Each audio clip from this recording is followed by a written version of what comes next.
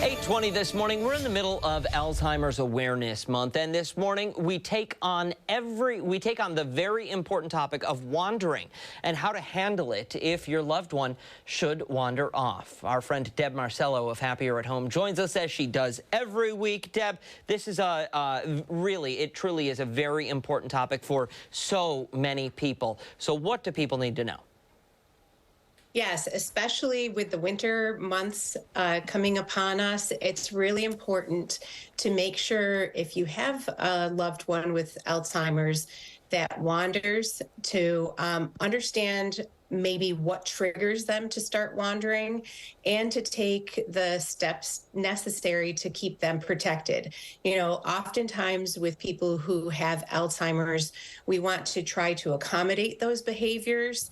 But with wandering, it's just a serious safety concern. So you need to make sure that you understand, why is this person wandering? It might not just be something aimless for them.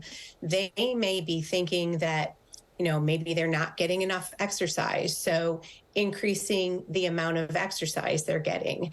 They may be looking for something. For example, I had a patient one time who was looking for cigarettes. So he wanted to just keep walking and walking, and he would leave the house all the time looking for his cigarettes. So really understanding and seeing if you can get down to the bottom of why they're wandering is really helpful. Knowing not to leave them alone if they have a propensity to wander is really important as well. But then some of the steps that you might be able to take to make sure that you're protecting them from leaving the house, even though you're with them all the time, would include maybe having locks on the door where they can't see them so much. So a lock that's maybe a little bit higher on the door or a little bit lower on the door, because usually they're focused straight ahead where that lock normally is on the door as well. Yeah, that was one of the things that my family actually had to implement during my grandfather's last years, because it was never something that he had a propensity for. But then one day, Grandma comes downstairs and he's not in the house, and that's when immediately when you get the fear of God in you. You really do, because it's a dangerous world out there, and for someone who has dementia or Alzheimer's and does not know where they're going, it can be dangerous. It can be very unsafe. So that is really important. What other advice do you have for us? So oftentimes they're looking for a door when they're ready to leave the house.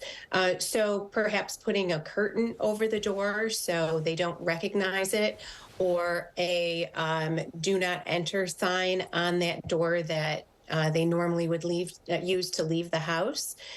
Some people, as a habit throughout their life, always grab their keys or their coat or their glasses. So not having those things available near the door. So they're thinking that, oh, if I grab my keys, I'm just going to be heading out the door.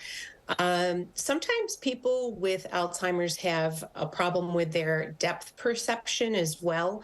So we found that if you put a black mat in front of the door, they may perceive that as a hole in the ground. So they would avoid that area as well. So, and then some of the higher tech things, there are a lot of options available now for cameras in the home to monitor where they are, alarms on the door to, at least while you're with them, alert you if the door opens, so you can really go and good check advice. it out. Absolutely, and then that's something that even the kids or grandkids can help monitor with when they're away. Deb Marcello, Happier at Home, thank you so much. Great advice. Really appreciate your time this morning. Thank you. Absolutely. 8:24 local headlines are up next.